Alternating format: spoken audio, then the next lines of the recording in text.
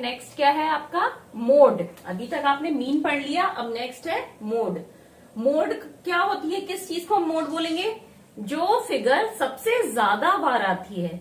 तो जैसे अभी सपोज जो हमारा एक क्लास टेस्ट के मार्क्स का एग्जाम्पल चल रहा था, तो वही हम अगर दोबारा से देखें, अगर मान लीजिए किसी स्टूडेंट क्या है 35, नेक्स्ट क्या है 42, फिर नेक्स्ट क्या है 42, फिर आए 48, फिर आए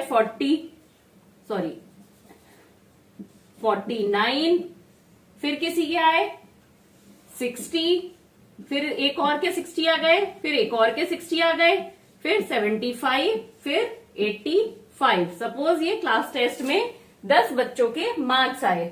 ये मैंने अभी असेंडिंग ऑर्डर में ही लिखे हैं, क्वेश्चन में जरूरी नहीं है आपको असेंडिंग या डिसेंडिंग ऑर्डर में गिवन हो, पर आप हमेशा क्वेश्चन सॉल्व करने के लिए डेटा हैंडलिंग का असेंडिंग या डिसेंडिंग ऑर्डर में अरेंज कर लीजिए सबसे पहले।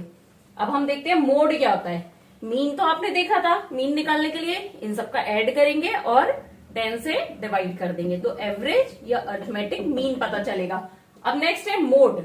अब मोड क्या होता है, वो ऑब्जर्वेशन जो सबसे ज्यादा बार आया हो उसे हम मोड बोलेंगे। जैसे 35 नंबर एक बार मिले हैं, 42 2 बार मिले हैं, 48 एक बार मिला है, 49 एक बच्चे को मिला है, पर 60 नंबर जो है वो 3 स्टूडेंट्स को मिले हैं।